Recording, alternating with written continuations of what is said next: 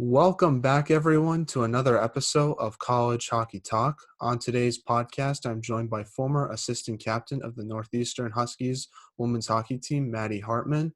Matti is a three-time Hockey East champion and a Beanpot winner as well. Welcome to the podcast, Matti, and how's everything going? Thanks for having me. I'm really excited to be here, doing well. Like you said before we started recording, it's starting to be nice out, so I'm feeling good. That's good to hear. And how have you handled the pandemic so far since it's been a year, and what have you been doing since graduation? Yeah, I can't believe it's been a year. The couple months after it started was really hard just because of how our season ended and kind of adjusting to that, and also just being graduated from college was definitely weird. But I'm still in school, so I'm doing an exercise science graduate program. So I've been staying busy doing that, and I'm working at Boston Children's Hospital right now. So Well, that's awesome to hear. And I also wanted to ask you this as well. Northeastern was just in the national championship game a few days ago. mhm. As a former alumni, what were your thoughts on the game overall, even though it didn't go Northeastern's way? Yeah, I was actually lucky enough to be in attendance. It was definitely a game that I didn't want to miss. And it was just really special to be in the building and have that experience with the girls. And I got to see them after the game and stuff. But I mean, it was a really, really awesome game to watch as a fan. It's definitely more stressful watching than playing. But I mean, I thought both teams, worked really hard. It was both teams were getting a ton of chances, and both teams are extremely skilled. So, obviously, would have loved to see Northeastern win, but doesn't always go the way that you want. And I know that they'll be back in the future. So. Definitely. What's it like going to a hockey game now during a pandemic? Because I haven't been to one in like a year. It feels so long. Yeah, I haven't been. This is my first game. Obviously, I haven't really been doing much since the pandemic started. But it was really special. It just makes you appreciate and not take for granted even like going to a game and watching in person. So it was really special. Now, how was Erie, Pennsylvania, and what was the whole Frozen Four setup like? Because obviously it was a little bit different than when other players experienced it before. Yeah, I think the players were there for a little bit over a week, um, at least the Northeastern players. I only went down for the day. So I didn't get to experience too much of Erie, but we were right by the water, so it was really pretty. Um, but aside from that, I just went to the rink, so I don't Yeah. know too much about the area. Well, I want to transition and talk about the beginning of your hockey career. You're from New Hampshire. What was it like growing up there, and how did you start playing hockey? Yeah, so I grew up in a town called Hanover. It's right where Dartmouth is. And despite being a small town, it's actually a really big hockey town. So a lot of kids grow up playing hockey there. I probably started playing because my older brother played and I wanted to be like him. And just, I think I grew up going to Dartmouth hockey games every weekend. So I always looked up to them. And I always knew that I wanted to play in college. And who was your favorite player growing up? On Dartmouth, you mean? Oh, just in general when you were growing up as a child. Oh, um, well, my dad's a Flyers fan, so I grew up watching them. I'm a really big fan of Claude Giroux. Always looked up to him. I think he's a great playmaker, and he's also a center. So I always tried to kind of watch his game and see the little things that he does. I think he's very underrated, although he's starting to get a little bit more recognition as of late. But Yeah, no, a lot of those Flyers players were very underrated. Guys like Danny Briere and Mike Richards who really made an impact. Yeah, Briere definitely. I grew Yeah, up watching him. yeah, no, and they made a lot of impact for those Flyers team, especially when they had that cup run back in 2010. So I can definitely see why you admire those players because they really helped their teammates have a lot of success.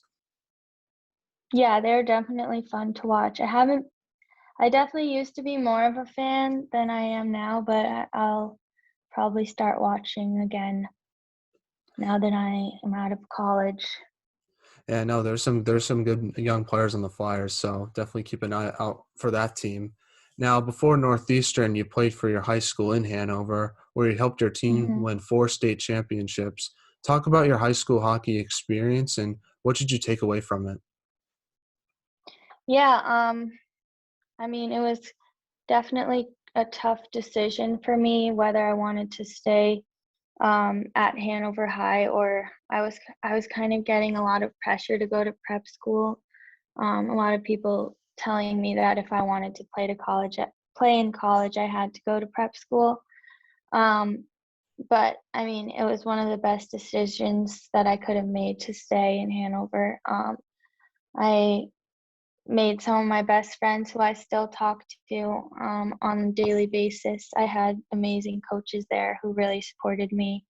Um, and I just learned kind of that if you work hard and you're determined, then it doesn't matter like where you are going to school. Um, and I think I really learned the importance of being a good person above being a good hockey player there. So, um, yeah, I spent 4 years there, um, won 4 state championships. But yeah, they have a great program going on there. Now, you were the fastest player to have 100 points in school history, and you finished high school with 250 points, and you were named New Hampshire Player of the Year.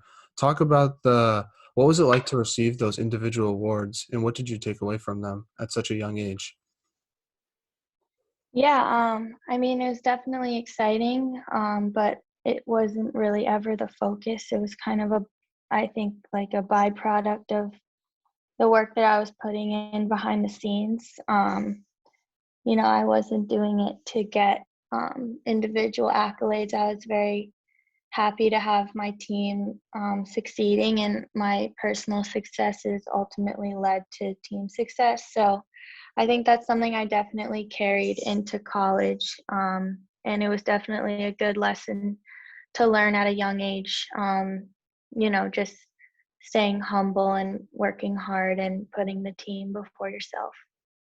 Now, you also represented the United States in the U18 Select National Team for a 3-game series versus Canada in 2015. Talk about the opportunity to represent your country and what did that mean to you at the time? Yeah, it was really exciting. I think I was a junior in high school going into senior year.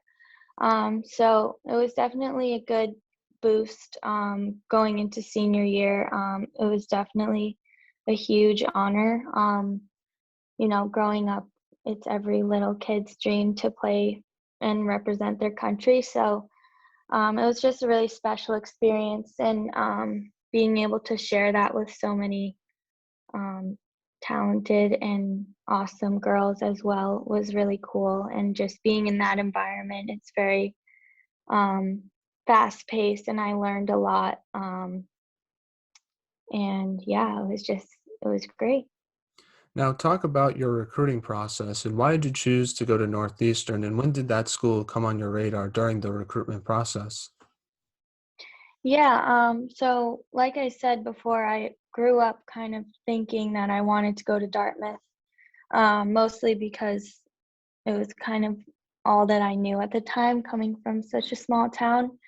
Um, but the Northeastern coaches, when I became old enough to be contacted, they were very, you know, adamant about getting me to campus, learning about me. They were just very welcoming and friendly. And I felt like, they were really pursuing me and saw what I brought to the table, which was, obviously a good feeling, especially I was young and, wanted to play in college. So I had initially been looking at pretty much only Ivies, but my older brother actually went to Northeastern. So I was on campus for his accepted students weekend, and I kind of ended up like just stopping by Coach Flint's office, and I got a little tour. And I mean, from that point on, it was kind of a no-brainer for me. Um, Boston's an amazing city. Um, the coaches and the program was just really appealing to me, and definitely very grateful that I made that decision at that age, because it's brought me so much. Yeah, what's it like to play under Coach Dave Flint, and what has he taught you about the game that you didn't know before? Yeah, I mean, he has a lot of experience as a coach, and he's definitely very well respected by the team. I think you can tell by, the accolades that he gets both individually and the team that he's in the program that he's built over the last couple of years. But yeah, it was just great. I think he sets his expectations out from the start, and he really focuses on growing his players and, you know, allowing freshmen to get playing time, building them up so they can be in really important roles as upperclassmen. I think that's something that he always does a good job of, and just making sure our team culture is always where it should be. Now, what was the biggest adjustment you had to make to your game as a freshman? Was it the speed of the game, or was it the physicality of the game, since you're going against players that are 4 or 5 years older than you are? Yeah, it was definitely a bit of an adjustment. I also came into college, I was 17, kind of on the younger side. Um, I think mostly it was the speed of the game, particularly because I did play at Hanover and um, played in a league that was not as competitive as some of the prep schools or other leagues of teams with girls my age. I think it was just learning the speed of the game. You have to make decisions much quicker. People are on you much quicker. But I think it's definitely something you get used to. And my freshman year, I was able to play with a senior and a junior. So they definitely taught me a lot and helped me adjust quickly. Now, how did you balance both academics and hockey at such a high level at such a prestigious university like Northeastern? Yeah, it's definitely always been a priority of mine to focus on academics and athletics simultaneously and not sacrifice one for the other, because they're both very important to me. So I think it was just a matter of knowing that from the get-go and managing my time well. There were a lot of times I was doing work on the bus or in the locker room before practice or between lift and practice. You just figure out how to fit it in and make it work. But we had a lot of really great support at Northeastern. They have student athlete tutors, and our team academic advisor, Gina, she's awesome. So that definitely helped, particularly freshman year when I was still adjusting. I was really lucky to have those resources. Now, in your first year at Northeastern, you lost to your rival Boston College in the Hockey East final. What do you remember from that game, and how did you use it to motivate yourself for the next 3 years in college hockey? Yeah, that game was tough. I think that going into it, I was definitely really nervous as a freshman, kind of not really knowing what to expect, hearing things from the older girls. But um, we were an underdog in that game. And I just remember being really heartbroken, seeing the seniors after that game, just seeing them, their career was over. That definitely stuck with me. as motivation for the next couple of years. And I think our role changed over the years. Obviously, we became kind of a favorite to win by the end of my career. But yeah, there was a lot of things that happened throughout those several years. Yeah, and in your second year at Northeastern, you won the Hockey East Championship, beating UConn 2-1. Talk about that playoff run and what it meant to you, especially hosting the tournament that year and being an underdog against Maine. Yeah, I think that, Maine is always a really tough team to play. They're very physical. So that I think we always end up somehow playing them in playoffs, but they always are, tough team to play against. So we knew going into it that it would be a challenge, but we were ready, particularly, like you said, it was at Matthews, and we were able to be in our own locker room and just have the comfort of playing in our home rink, which I think was a huge advantage. And then that game was insane. Our first ever Hockey East championship in program history. I just remember it was like a dream come true. It was an amazing feeling. And I just, so much goes into winning a championship. It was great to have that all pay off. And you played Colgate in the national tournament in your sophomore year. Talk about your national tournament experience and what did you take away from it the very first time you played in it against Colgate on the road? Yeah, it was really exciting. I think the first time that you go to the tournament, it's just all very new and um, exciting experience. You don't really know what to expect, and you're just trying to keep, your head in check. But that game was another tough one. I thought that we had a good shot at winning as well, but the bounces just didn't really go our way, which is sometimes how it goes. And I think we took that experience and brought it into the next year. Obviously, had another tough loss in overtime to Cornell, but I think we were much better prepared that next year because of our experience at Colgate.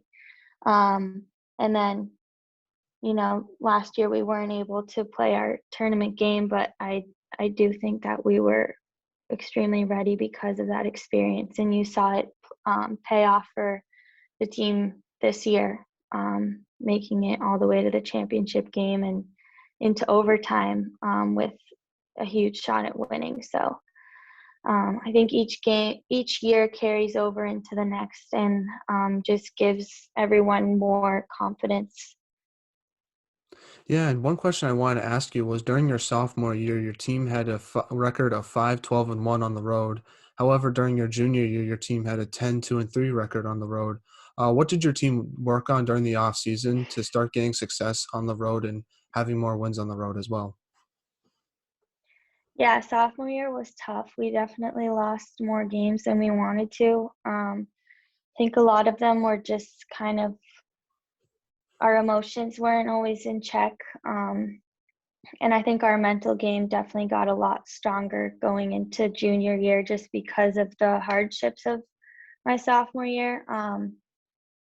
But I think a key to playing on the road is just trying to make yourself at home, keeping your pregame routines and just trying to be consistent with your preparation. I think we also really upped our film and video. Carp, our assistant coach, does a great job with that, just preparing us to, know what we're going to expect with the teams that we're playing. And I think it started to pay off that my junior year.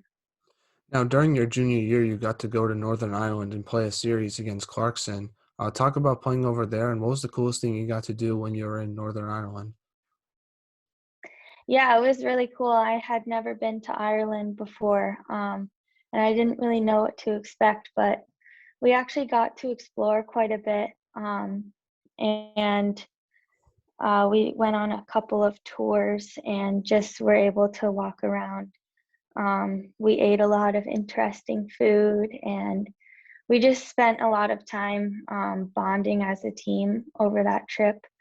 And then obviously it was really cool to be able to play. I had never played hockey outside of the US, so it was just a really cool experience, and I think it was great to be able to put our program on the map in that way. Yeah, it was an adjustment playing in that arena because there was a lot of advertisements on the ice, and obviously the ice surface was a lot bigger than it is here in America. Yeah, I do remember the neutral zone having quite a bit of paint, and like it was kind of hard to see the puck out of your like peripheral vision when you're looking up. But I think it was just an adjustment. I don't think people were really noticing it during the game, but we were able to have, some practices and pregame skates to get used to the arena before we played. Now, you won another Hockey East championship your junior year, this time against rival Boston College in overtime. Talk about that goal that Cassidy Anderson scored and also beating the host Friars in the semifinals as well. Yeah, that game was crazy. Definitely a lot of ups and downs. BC tied it with seconds left in regulation.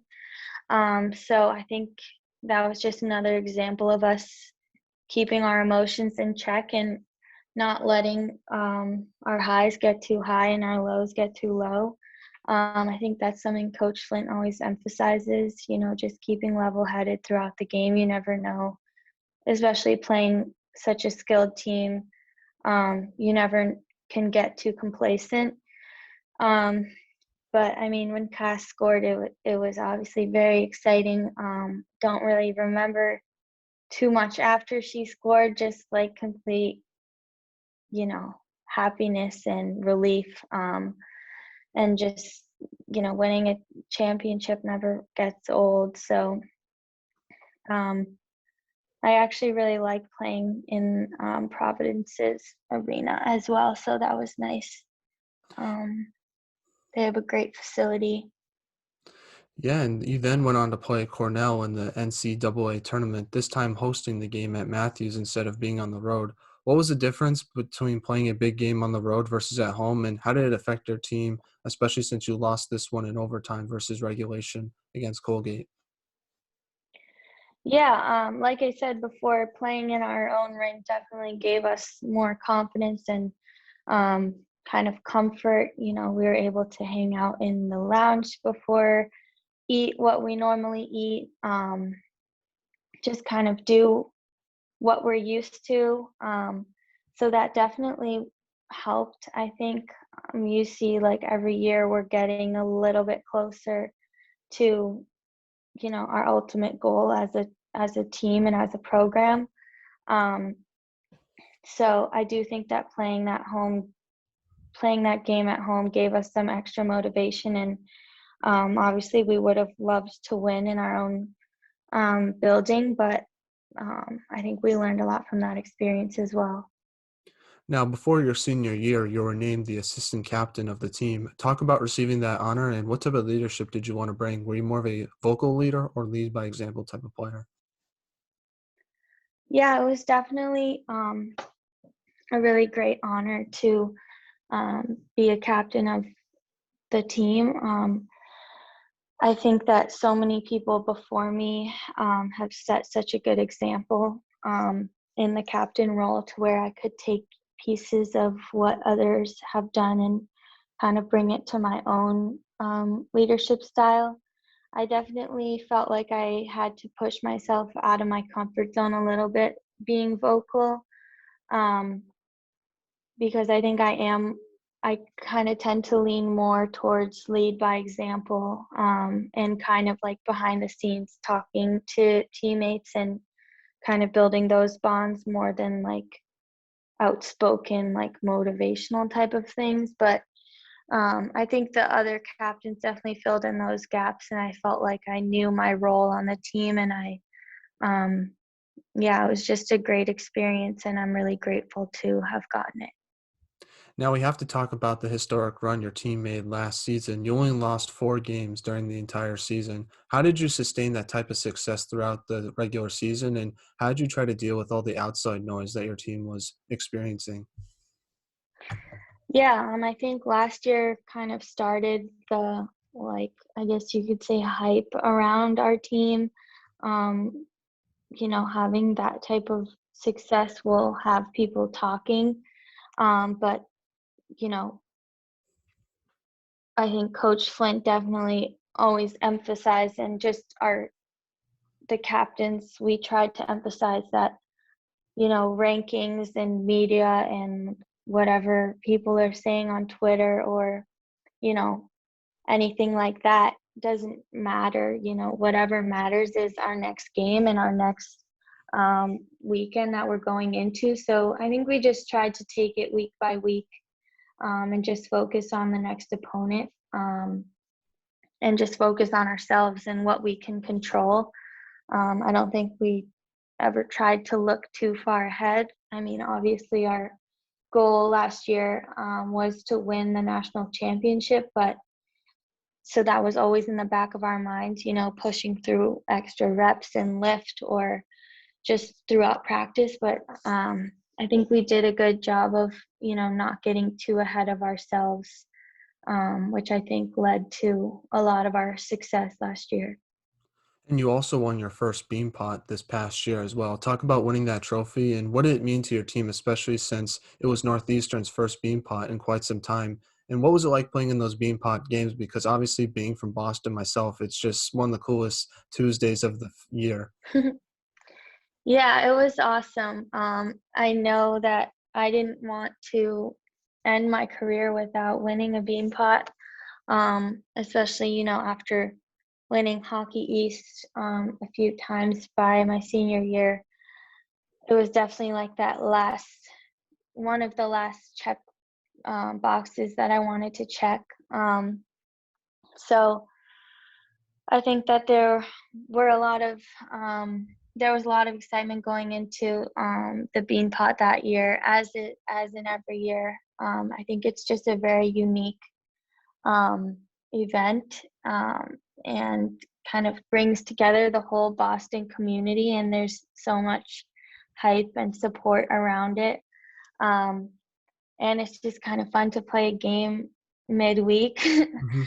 um, so yeah, it was awesome. That was another crazy game. I just remember after Lauren scored and we were all celebrating, just being so tired, like just realizing after all the hype, like, oh my God, we just played so much hockey, and like we were all just exhausted, but it didn't even matter because we were just so happy. So I'm definitely really glad to have gotten that experience, and that's probably my favorite, if not one of my favorite games of my career, and just super memorable experience overall.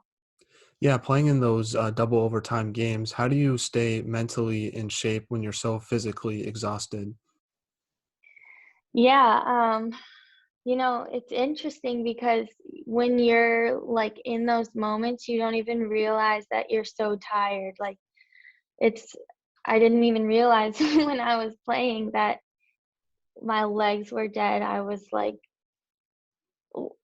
it's not till you take a moment and pause after that you realize.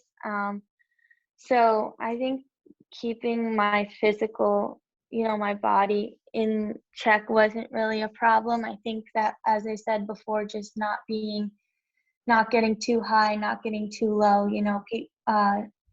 We're going to get chances in overtime. Other teams are going to get chances. So just kind of keeping level headed throughout that is really important. Um, and just being honestly forgetful. If you make a mistake, you don't really have time to dwell on it. You just have to go out there your next shift and do as best you can. So I think that definitely was important for that game. Now, you played the Hockey East Championship that game at Merrimack, and you beat UConn, dominating them, winning 9-1. Talk about last year's Hockey East Championship and what made it so special versus the other ones, especially since it turned out to be your final game of your career. Yeah, I think that game was just kind of a culmination of everything we had been working on last year. I mean, you might think that we won 9-1, like it was a complete blowout, but all of our goals were like just really nice team goals, or like, kind of highlight real goals. I'm just thinking of Katie Sipra's snipe. But yeah, I think it was just a really good team effort. Obviously, after, in retrospect, realizing that it was my last game I ever played is definitely a weird feeling, especially because I just had no idea at that point. So you definitely, go back in your head and like think about the last thing that you did.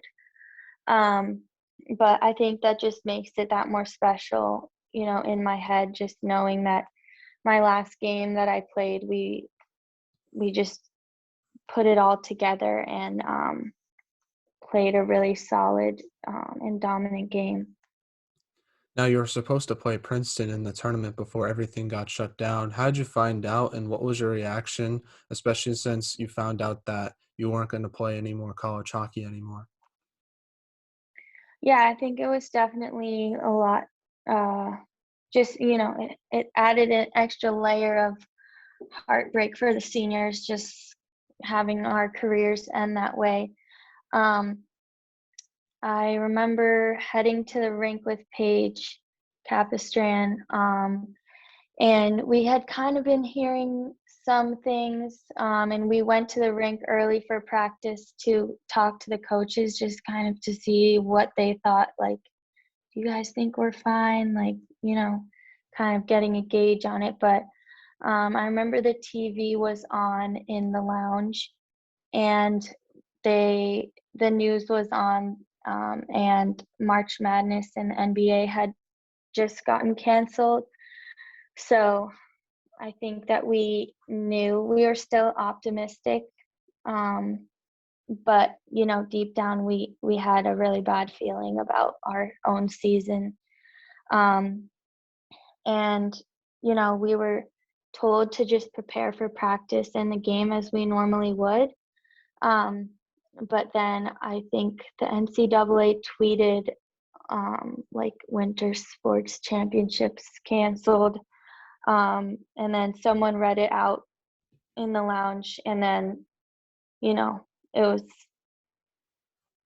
that's like how everyone found out, which obviously is not the best way to find out. And I think like everyone scattered. I went upstairs and just started sobbing. I called my dad, and I don't even remember what I said, but it was just really emotional, and just like confusing and like hard to believe, kind of, that like that was it. Like it was just really hard to wrap my head around, I think. Um, but yeah, that's what I remember from that day. Yeah, do you ever think about the unknown of not playing Princeton? Like, just thinking about, like, what if we got the chance to play in the national tournament? Like, what could have been? Does that ever go through your mind, or you just try not to think about that?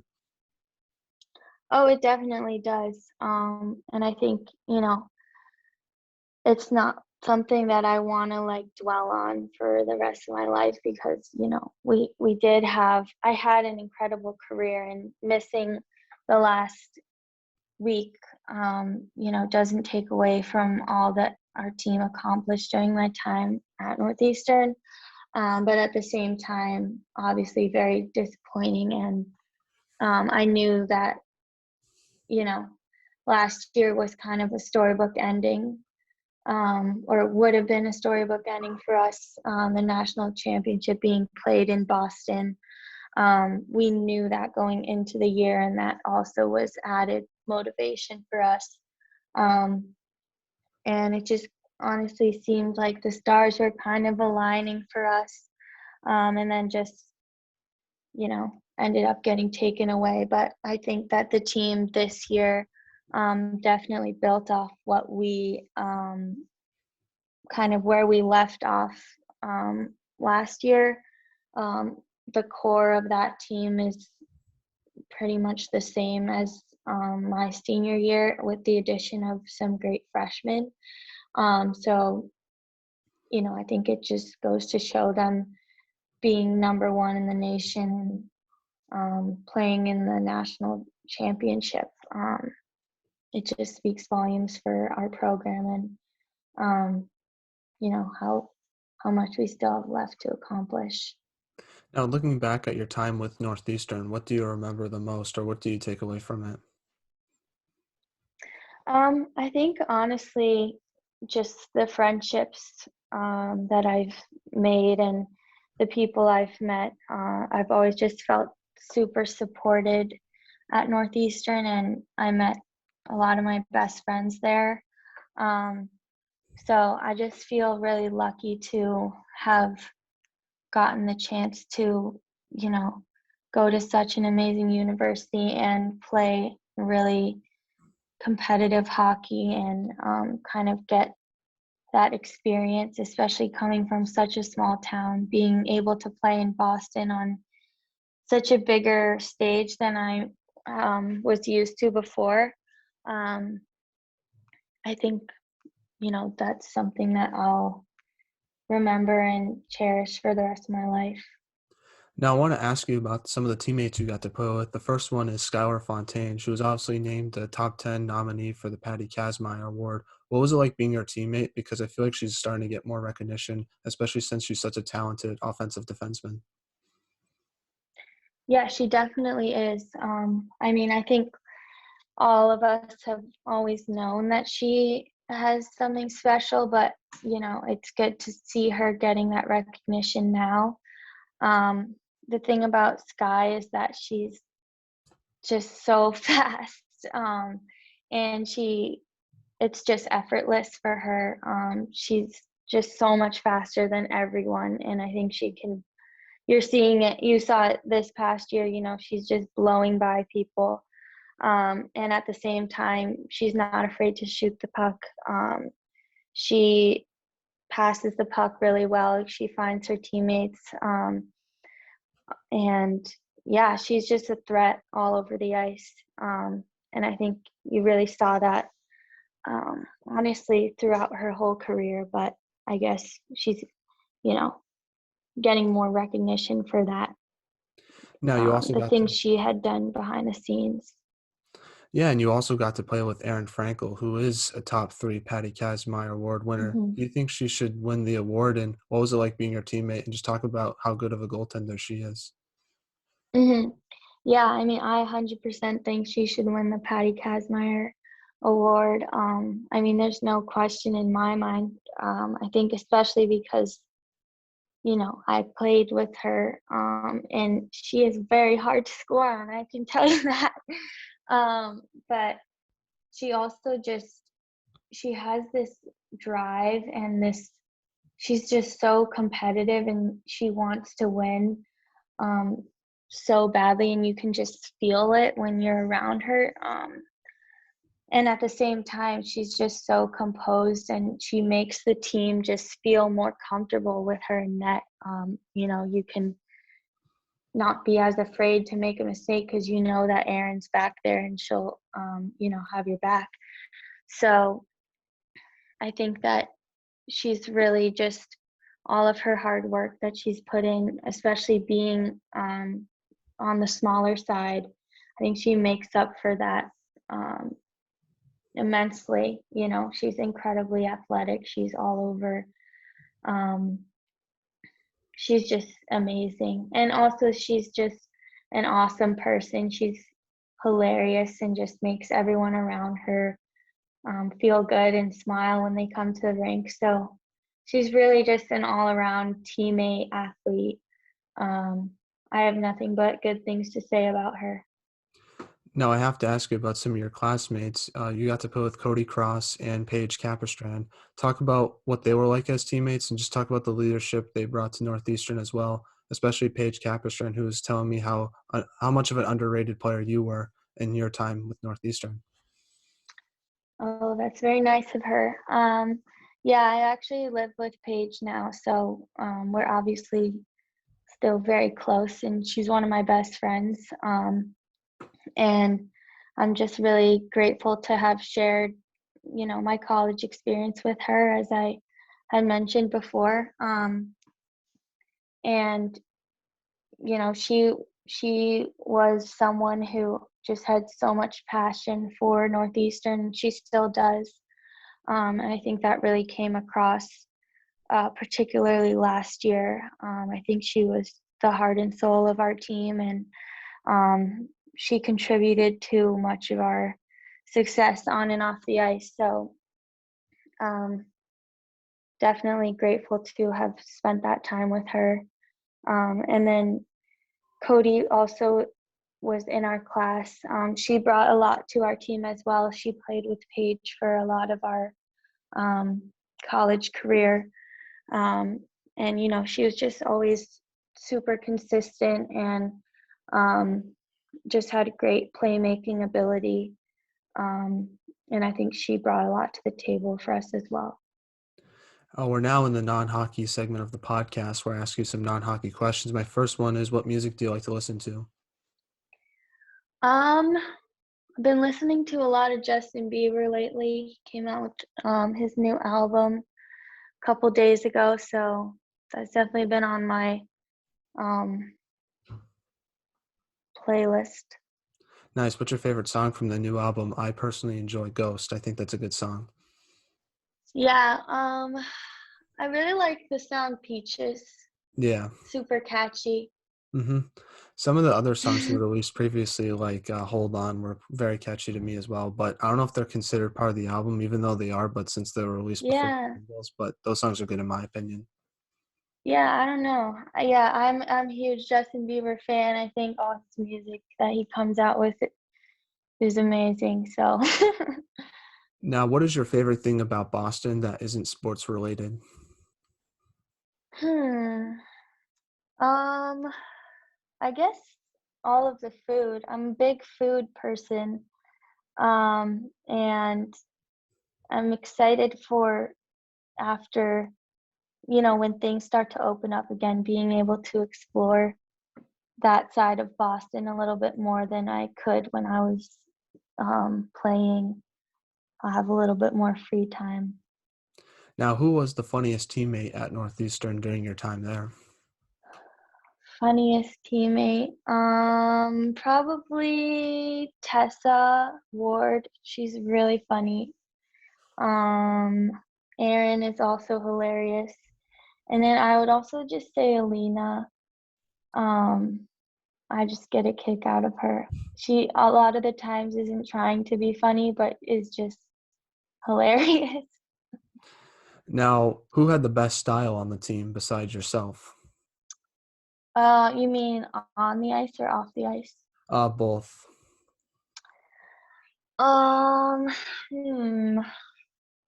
Honestly, on the ice, I'd probably say I like Tessa's style.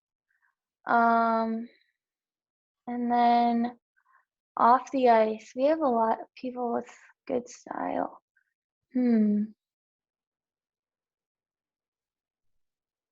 I really like Alina's game day outfits, and I think Renner has picked up her game day style game as of late. So, guess I would say those two for game day outfits. Now, my final non-hockey question to you is, what is your favorite ice cream flavor? Hmm. I think I'd have to say Moose Tracks. I don't know if that's a New England thing. Probably is. I don't know. I'm from New England, so it probably is, but I Oh, don't well, really. you get it. Yeah, yeah. No, I understand. I would go with cookie dough ice cream. I think that's pretty solid. Oh, Getting in the spring good mode. choice. I'm getting in the Yeah, spring mode because of the weather. So I now, like it. now back to some hockey questions. Now, my first one is, what advice would you give younger players trying to make it to D1 college hockey?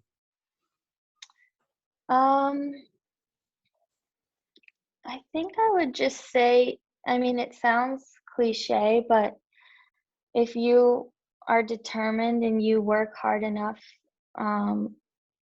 you know, you'll be able to play in college. I think that from my experience, there's a lot of people telling you that you have to take a certain path to whether you want to play Division I or not. Like I said, a lot of people try to pressure young girls to go to prep school or, you know, drive several hours to play on club teams. And at least from my experience, I just think that you don't necessarily have to do that if you um, are determined and put in the work and are passionate about the game. Now, speaking of women's hockey, what should be done to help grow women's hockey, in your opinion? Um, I think just getting more coverage in the media. I think that it's definitely gotten better as I've grown up. But I think just, you know, having more games televised, I think a lot of people just aren't exposed to women's hockey, so they don't necessarily know what they're missing out on. So I think that if it got more coverage in the media, that would definitely help grow the game. Now, do you have any shout outs before we let you go to any of your former teammates, friends, or family members?